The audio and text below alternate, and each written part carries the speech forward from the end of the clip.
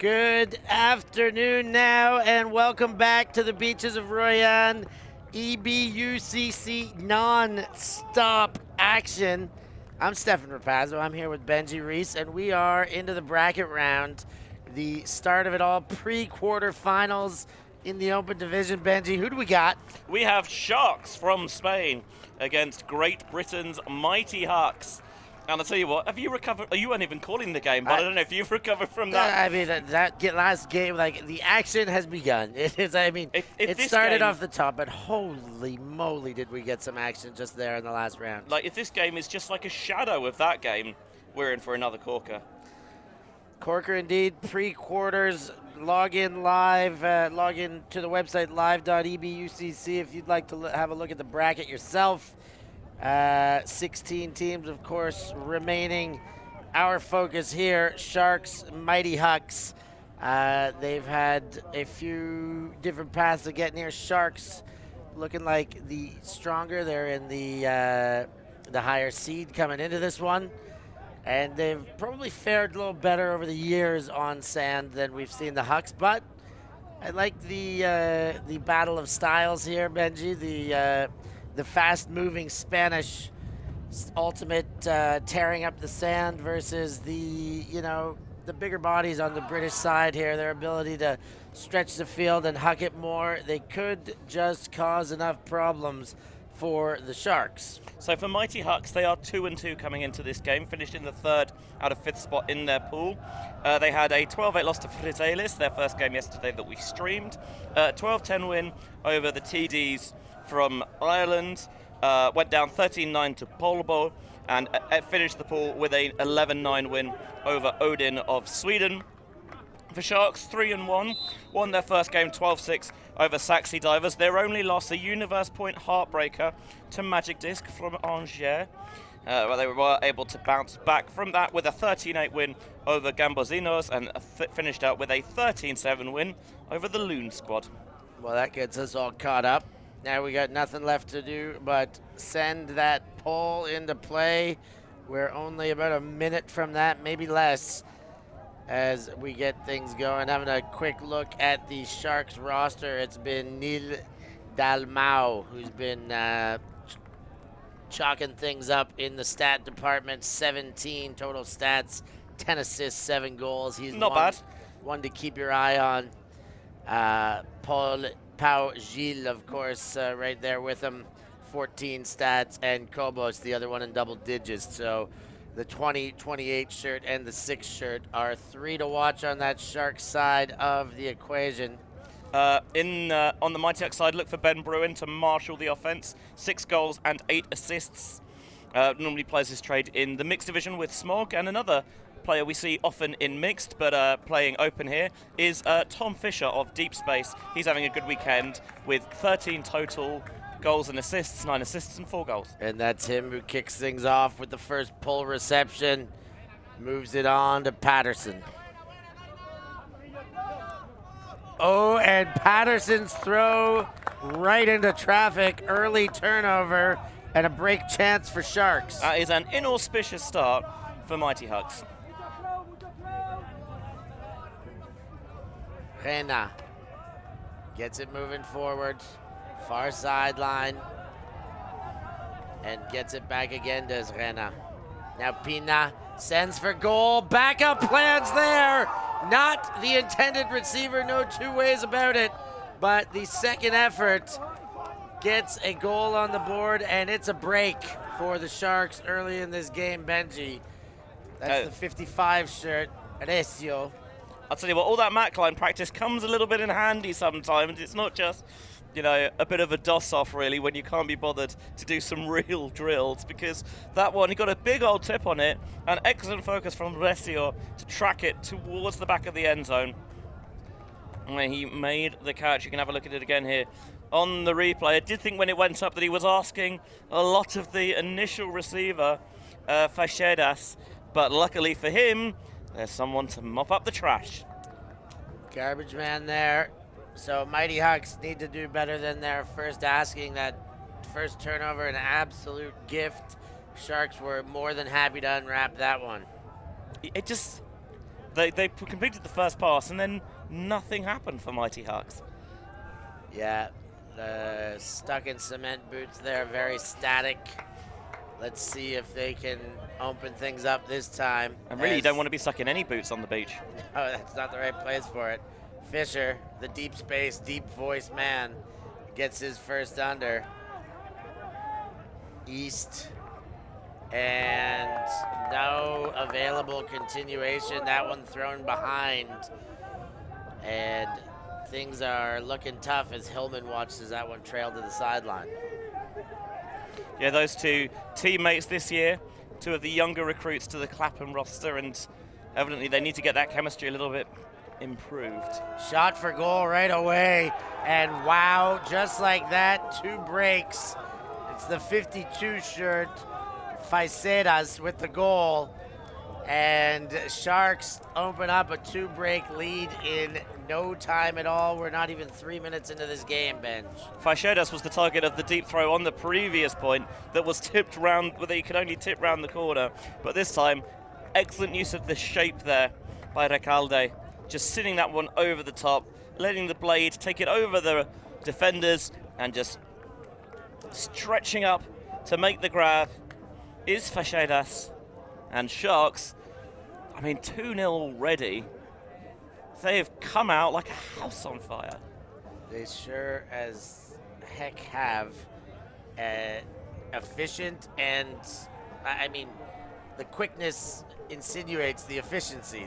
They can't be that quick without being efficient. It is just score at will right now. What can the Hucks do? They've changed up their line. That's first things first. See what they can bring. High release out of the reach of everyone. And this Sharks defense just smothering. We see these mistakes. They look careless, but it's really a big case of tight defense by the Sharks. They're having to reach into the bag of tricks just to try and throw people open. And then starts things off, and he gets it back now. Kalpa goes inside. That one's a little bit too far. And Hucks get a second chance to hold.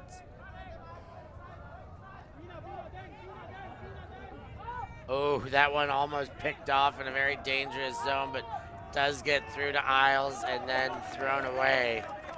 Well, I think thrown away is a bit harsh. I'd have that one as a pretty just awful drop, I'm afraid. Yeah, sorry, you're absolutely right there, Benji.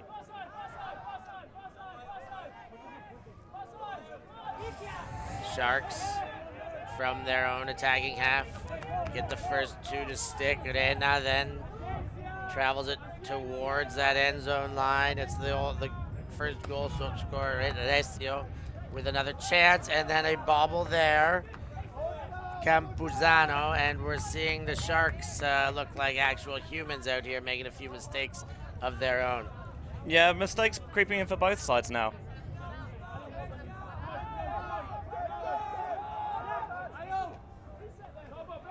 '11 shirt now.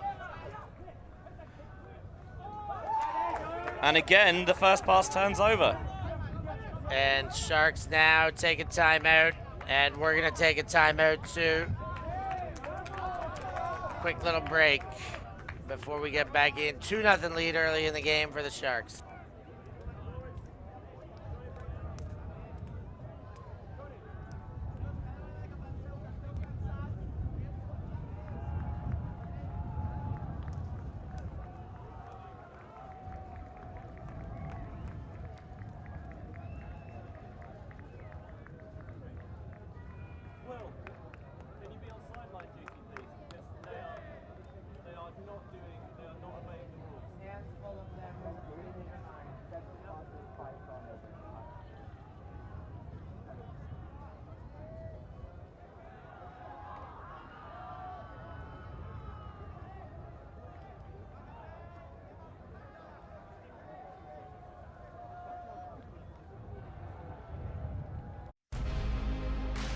July from Nottingham, England, the World Flying Disc Federation's World Under-24 Ultimate Championships.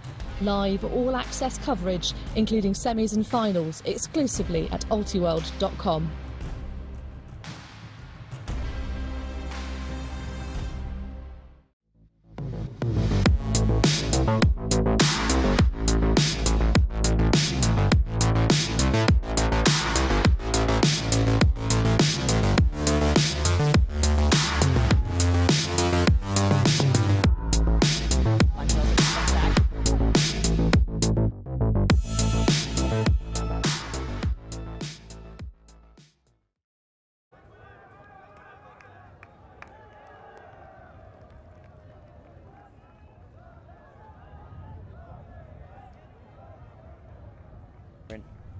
And back in after the timeout.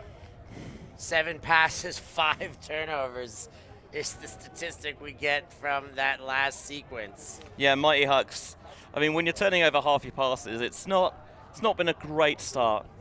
No, they're gonna have to find a way to get themselves together. Thankfully, they're only down 2. It's early in the game. There is plenty of time to recover.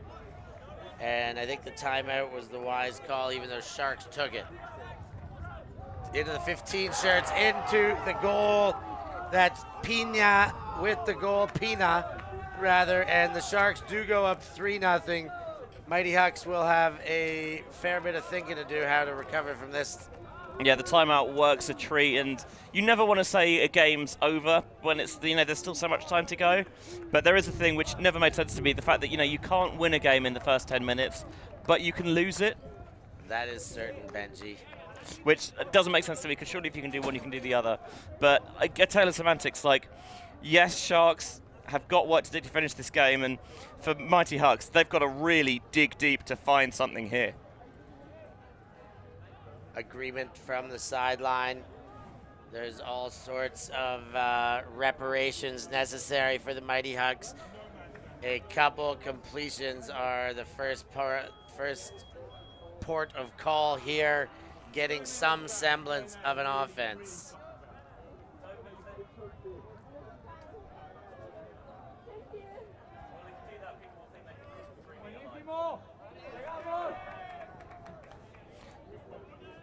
That pull, did it land out? I couldn't quite see from my angle. I thought it landed in and rolled out. Is he coming to the goal line? I believe so. That's where the defense is setting up. Yeah. And that one gets under to East. Gets a swing across to the 38 shirt, Patterson. Patterson gets Bruin, their leading scorer. Let's see if he can continue to put some points on the board in a desperate situation for the Hucks. That one toe dragged in by Fish. And he goes back to Patterson. That's the 12 shirt of Bruin. The expectations on him based on the way he's played all weekend. Fires for goal, and there he goes. A stat to Hillman, and that is precisely what they needed, Benji. Yeah, it finally felt like they were they had that joined up thinking that had been lacking in the previous points. I think partly because they were being more aggressive with taking the break side on. But again, it felt like a grind, really. Yes, they completed the passes and they weren't necessarily, tough completions, but they're working so hard to get open. It just feels so much more natural for Sharks out there, although this is the first time we're going to see their O-line on the field, and it's been, 10 minutes or so, 4 points into the game. It's going to be interesting to see whether they're coming in a little bit cold. It will be interesting to see it, indeed. They've got their work cut out for them. I've said it from the start, and they just dug themselves into that hole. They've put one on the board. That is the first port of call. But here comes Sharks again. Marin sends it forward, and well taken by Gilles. Gilles leads, great throw there. Cobos goes wide and around, and the defense was just enough to distract the reception, and a turnover in favor of the Hucks. I'm not sure whether Greer got a piece of that on the layout, but I think he certainly did enough to distract everyone. There's the crossing route by Richardson. Now he's gone deep, but just a little bit too deep for Tofalis. I think you see it so often where, an O-line's been waiting a while to start the game just because they've been kept on the sideline by how well the D's is performing, and then they come in, and then you see a couple of execution errors just because they've not necessarily really been involved in the game. Mighty Hucks had an opportunity to try and kind of claw back a little bit of pressure, but it was way overshot in the end.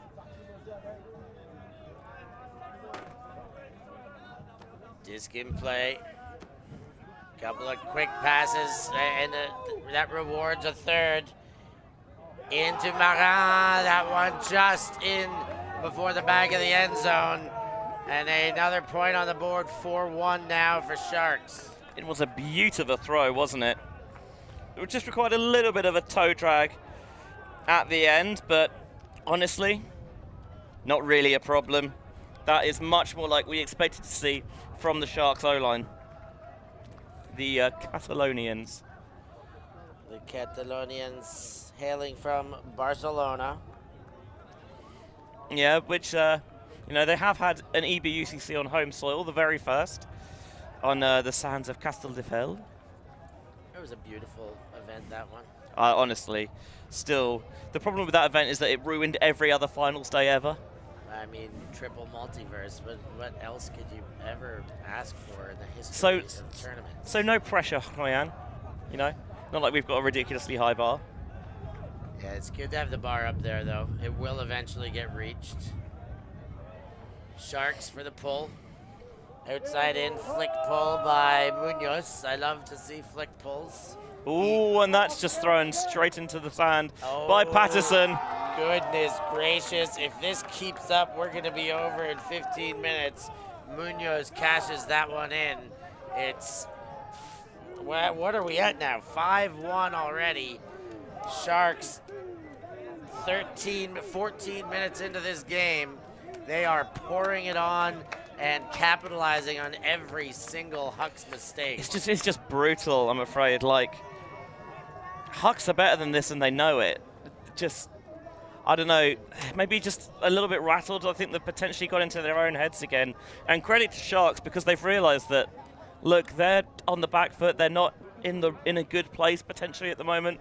And so they're trying to take advantage of that while heads are dropping, playing quickly after the turn, and ideally punching it in before anything happens. Second third, fourth chance. Well, this is the third in a row that the O-line's been on the field after their sole score. Sorry, second in a row after their score. Fisher stops the roll and goes to Patterson. Fisher gets it again, fakes the big and gets Bruin on the under.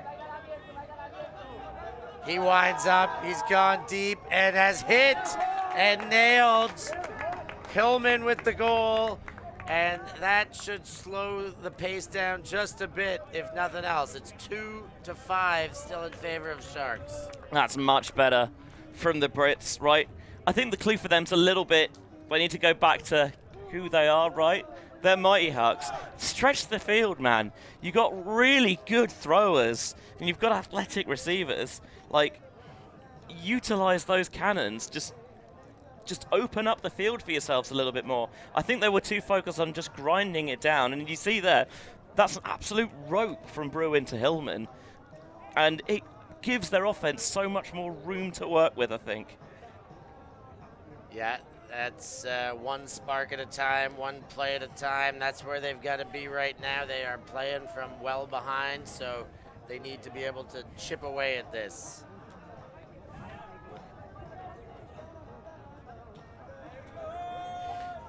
So we'll see if now they've, again, begun to get maybe a little bit more rhythm on offense, whether they can generate some more turns defensively.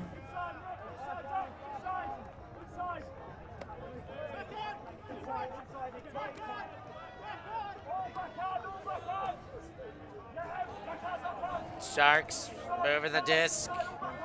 Gilles looked for the centering pass, but it closed off, and then a very crafty over the shoulder to Paul, who feeds it in front of the layout. And they had to work a little bit harder for that one, but they did manage a goal nonetheless. That's the number 10 shirt, Egan, with the goal for Sharks this time of asking. You mentioned it there, crafty. It was see the stall count rising, trapped well on the sideline from a good force from Byrne, and just getting maybe a little bit cheeky with it. Heel over the top to Kobos, and continuing the high release theme just past the bidding frame of Smith. And well, the receiver got a lot of sand, but he got the disc as well, and that is all that matters. But there you are, for Mighty Hucks, you were generating some pressure defensively. Like, that was not with the same ease that Sharks scored those breaks earlier. I think it certainly doesn't help Mighty Hucks that, you know, they had fewer numbers than Sharks coming into the weekend, and you've got two of their field stretchers. Tate's injured, Rabbits is injured. Tate was always a maybe for the weekend, but Rabbits picked up a hamstring strain, I think, and he's just kind of keeping it cautious. So you've got two big pieces of your team there who are not active. Here comes Patterson. Fisher playing in their own end. Their last asking was efficient enough. Hillman comes under, gets two hands on it. Now East goes deep. Patterson there. And Hucks are steadying the ship here, Benji. Their last couple askings have been much tidier situations. Again, I think adding the deep game to their offense is such a boon for them. It was a bit swampy at the start when they were kind of struggling to get free underneath, because Sharks are almost daring them to try and take on the wind, take on the beach, and use that field stretching element of their offense. It's a nice layout here from Dan Hillman to keep it alive. Continues to Tyler East downfield, who, you know, made a lot of, turned a lot of heads, I think, last year, playing for Lemmings in their first ever European campaign in the mixed division. Demonstrated well for GB under-20 as well at the Joint Juniors Championships. Known, of course, as, you know, for using that frame as a receiver, but showing a lovely little bit of touch on that throw over the top to Patterson for the goal.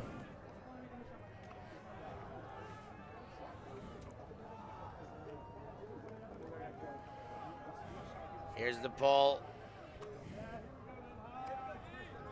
Sharks off and running. Gilles. Moving through the hands, scorching pace right back to Gilles. That happened very quickly. It was Kobos on the assist throw.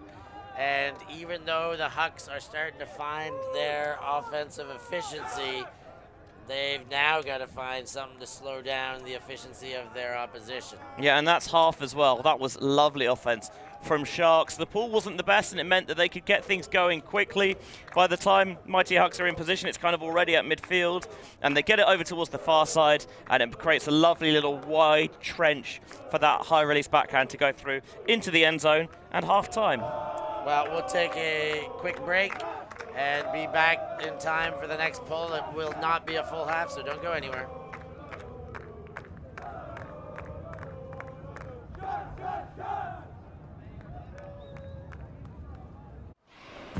Always on the move?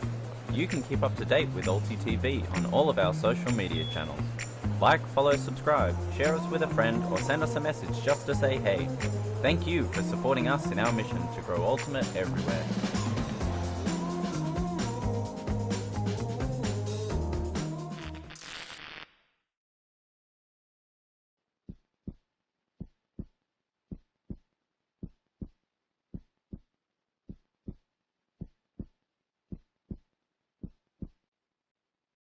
For the first time ever, from the golden sandy blankets of Portimao, Portugal, BULA and ULTI.TV bring you the World Beach Ultimate Club Championship 2024.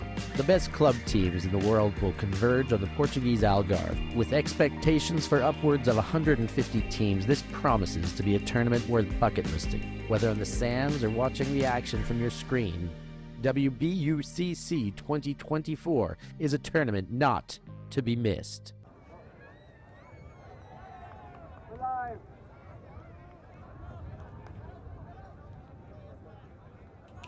Second half action, 7-3, a strong lead for Sharks after the first period of play. And Sharks get the benefit of starting on O again. Oh, and a early error there. Egan can't hang on. Hucks will get an early chance to break, and they've squandered it in one throw. Got a bit of a gift there, didn't they? But it's been that sort of game that they just gifted it right back. Yeah. Re-gifting. It's like those Christmas games where you can take a gift, choose to unwrap, or pass it to the next person, steal a gift. Playing a bit of that, but that doesn't work around here. Dalmau gets it forward to Gilles. Gilles pops it up, and it is collected this time by Egan. He puts it right back into Gilles. And just like that, they make up for their original error. And it is 8-3 on the board with a hold after one turn opportunity. I mean, Hill has real speed across the sand, and Agea, I mean, a lot of these Spanish players, they're so used to the surface, and it's such a good advantage, just the fact that it feels natural rather than a real, like a challenge. It's not it's less of a challenge, more a I'm trying to think of the right word. It's just natural. It's just second nature, really. It's something I will mention, actually, is you see it at the picture, the flags fluttering in the breeze. Stronger wind, I should say, coming right to left. And there is, it's blowing the sand off the beach, and it's getting a little bit dusty out there. So the flick pool will land and roll out of bounds. Patterson to pick it up. And eventuating to put it into play. Goes for the up line, but that one over top of Hillman's reach, and it goes to sand.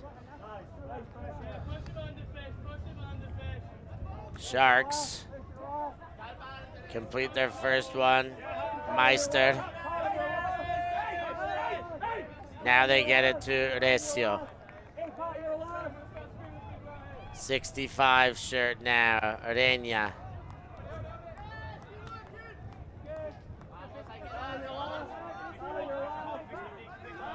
Shot to midfield. Nice bid, but the Hucks will get another piece of it.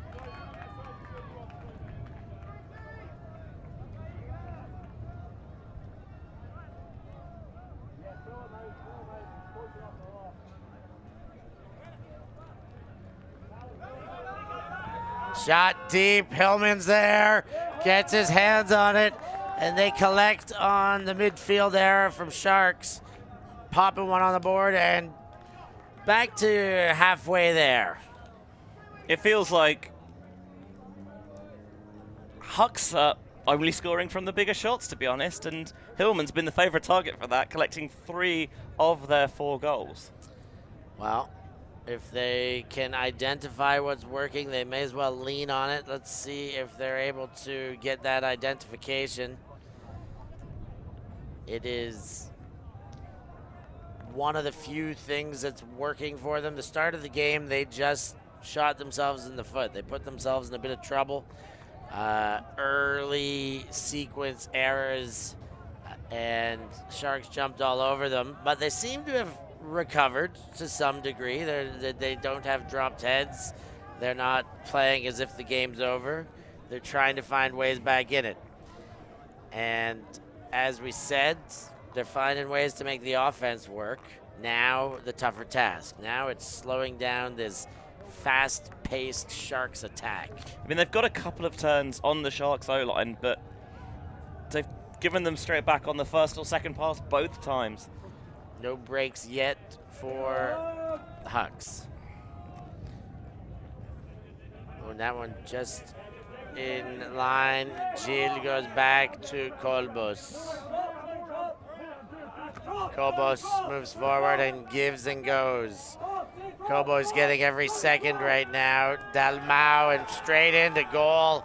Faster than you can swing your head to the left. They're back on the board. Gilles with another one, and 9-4. They stretch it back open. 27 minutes in, not even. Mighty Hucks is doing something a little bit different defensively there. And it did not work at all because it was surgically sliced apart. Nowhere near enough pressure on the throwers. Defenders committed in all sorts of different positions. And in the end, Hill with one of the easiest scores he'll ever catch. I think so much of the problem defensively from Mighty Hucks starts from the pull, because it feels like every point Sharks are making 2-3 passes and they're already pretty much at midfield before anyone on Hucks is set. You've got to find a way to be a bit more aggressive with them and see if you can pin the Sharks at the back of their own end zone, because at the moment they're just getting half of the pitch for free. The starts are too quick. Maybe you change strategy, maybe you go for a roller out of the side, anything that means that they just have to take it a little bit more slowly.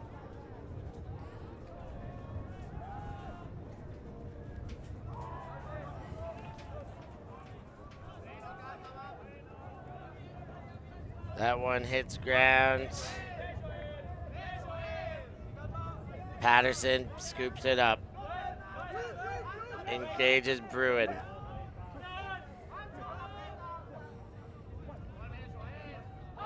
High release flick, gets over the shoulder, back to Bruin. No, that one hits the ground out of his hands, and Sharks going the other way now. Pina goes to Rena. Rena around and handled there by Pina. Rena. Oh, another low one, but they are handling these throws. Recio goes to Pina.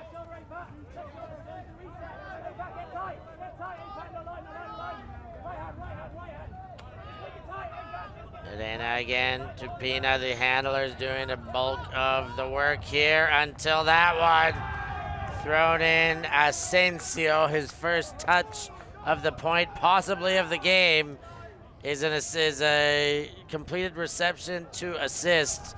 And they're up to 10 now, 10-4 there, buddy. It is getting late early for the Mighty Hucks. Just under half an hour in the clock, and yeah, already 3 points away from victory as Sharks with a 6-point lead. I mean, it would require some comeback from the Mighty Hucks. There was some really creative throwing to get themselves out of those jams, and that throw from Patterson is a little bit low. Bruin's laying out, but he's coming to it at speed, and he can't get his hands to grasp it from underneath. And as you mentioned, maybe Asensio's first touch at the point, and it was a little bit sketch potentially, but it worked, and it's 10-4. Yeah, Hucks looking down the barrel right now, as you said, getting late early. They have got to play a different mentality now. They're going to find a way to chip away, because if they start looking at the grand scheme of things here and trying to find the success, the light at the end of the tunnel, well, that tunnel is very long and that light may be very dim at this stage. Alternatively, that pull lands out, or no, if he's walking up the line, it must have landed in and rolled out. So in from the corner, Hucks initiate their offense. Oh, and there's some heavy contact there. Pina charging a little too tight on the defense. As Greer tries to slow down, he gets a back full of Pina.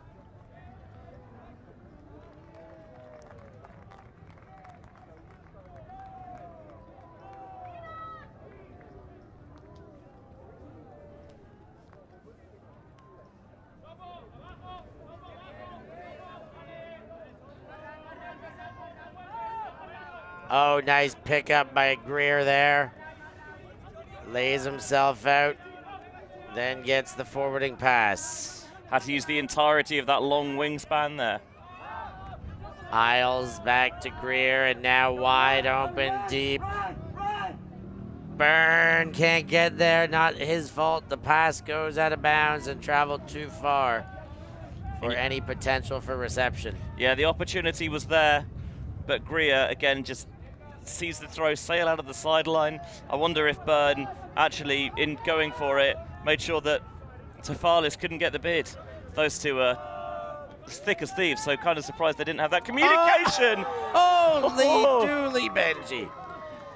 Meister puts his body on the line, flops out. I don't think his feet really left the ground. He just went at full speed and flung himself into a toe drag layout there.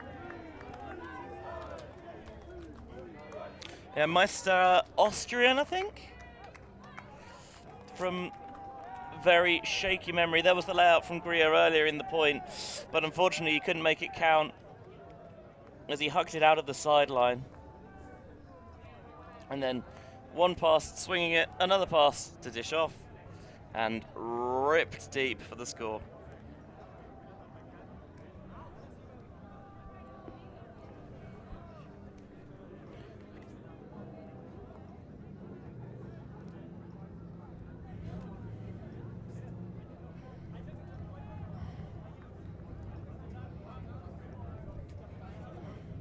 I mean, what a grab from Meister.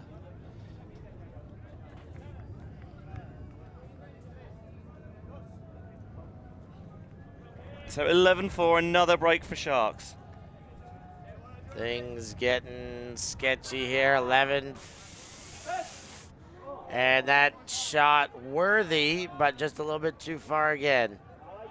Yeah, I thought it was a good option. East has got some good deep speed, long strides, very helpful on sand, but Fisher just really asked East to do too much. It's a valiant attempt, though. Indeed it is. Sharks with a chance to go within one this early into the match. That one not going to do any help for them as East collects and looks the other way. And that one then too far for Hillman.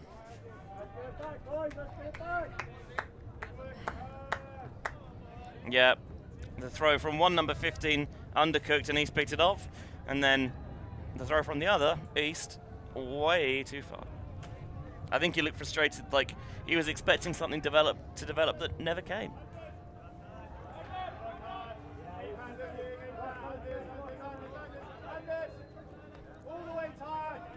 Sharks playing out of their own end. Stall count mounting, but get away with a swing still in the end zone. Asensio gets an open centering pass to Faciedes. That's the 65 shirt of Rena who moves it on. Campuzano, and now they're within meters. 65 shirt hauls it in, that's Rena. with the goal, and Sharks within one, 35 minutes into this one.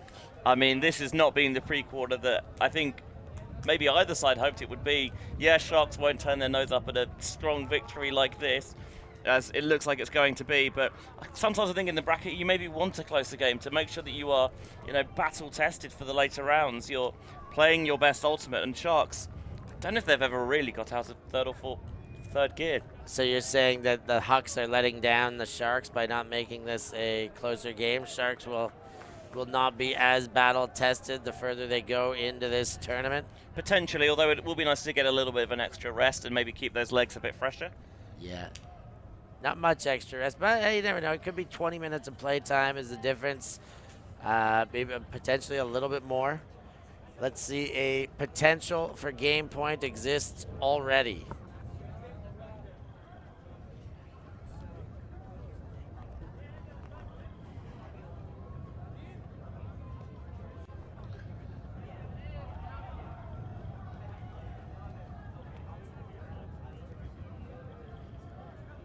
So Sharks pulling here with a chance to end the game.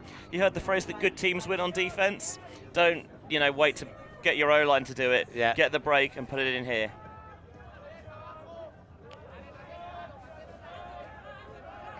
And Hucks with a chance to put in a score and extend this game. Fisher. Let's hope they're not ready to go to the change rooms to dust off yet, and a tail of the tape there, miscommunication. Fisher went upfield while the dump went, and this could be it. Sharks with a steamroller over top of the mighty Hucks in this one. 13-4 at a scorching pace, 37 minutes in, and it's all over, Benji. Sharks advance. Yeah, a boat racing here on the beach, I'm afraid. Just far too good on the day. Mighty Hucks never got going. They started slowly, and from there they just couldn't recover. I think it maybe just rocked them a little bit too much, and never able to get and show really what they're all about. Because there were times when it looked nice, but it was far too inconsistent. And as you said, somewhere along this game, in the early stages, they had lost it at the start. The Hucks kind of made their own errors. They made their own bed, and they could not recover mentally. There was a small stretch in the middle, the early second portion of the game where they strung together a couple of holds, and that was the most kind of consistency they could show in their game. They could never slow down the Sharks, and as such, we see a lopsided scoreboard as the Sharks will move on and should look strong, but as Benji says, it maybe not exactly the best way to advance is to have these steamrollers in. Just kind of doesn't get, it's kind of like a hard drill running session. Yeah, you just never quite get the intensity that you want. Looking at the stats there, I mean, it just disappeared, but it just, 8 breaks compared to none. That's all you need to know, really. Yep. And so that's the tail of the tape. We're going to find our way out of here. We've got women's action coming up next. The quarterfinal there will feature Copenhagen Hucks against Casayetes from Spain in what promises to be a cracker. I've been Stef Pazzo here at EBUCC 2023 alongside my pal and co-commentator Benji Reese. Thank you very much for joining us, and we will see you at the next one. Always on the move? You can keep up to date with ULTI.TV on all of our social media channels. Like, follow, subscribe, share us with a friend, or send us a message just to say hey. Thank you for supporting us in our mission to grow Ultimate everywhere.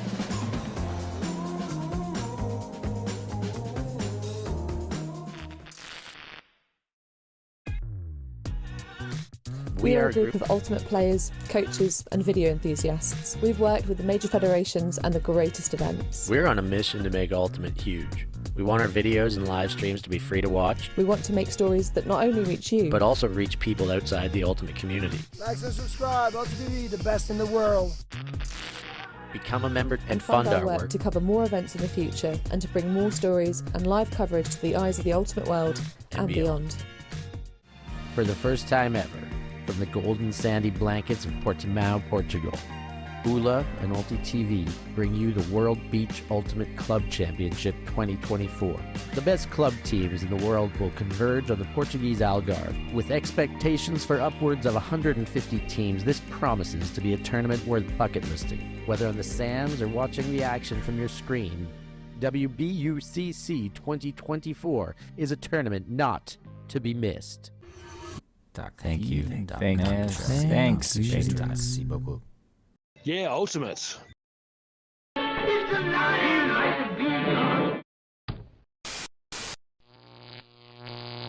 ULTI.TV. With you, let me be in your crew. I just wanna be free, be with people like me. I'm so not in the mood to be broken and blue. I just wanna go dance, baby, find me some romance. I don't wanna talk tonight, I don't wanna waste another night. I just wanna hit the floor, maybe somewhere I haven't been before. I don't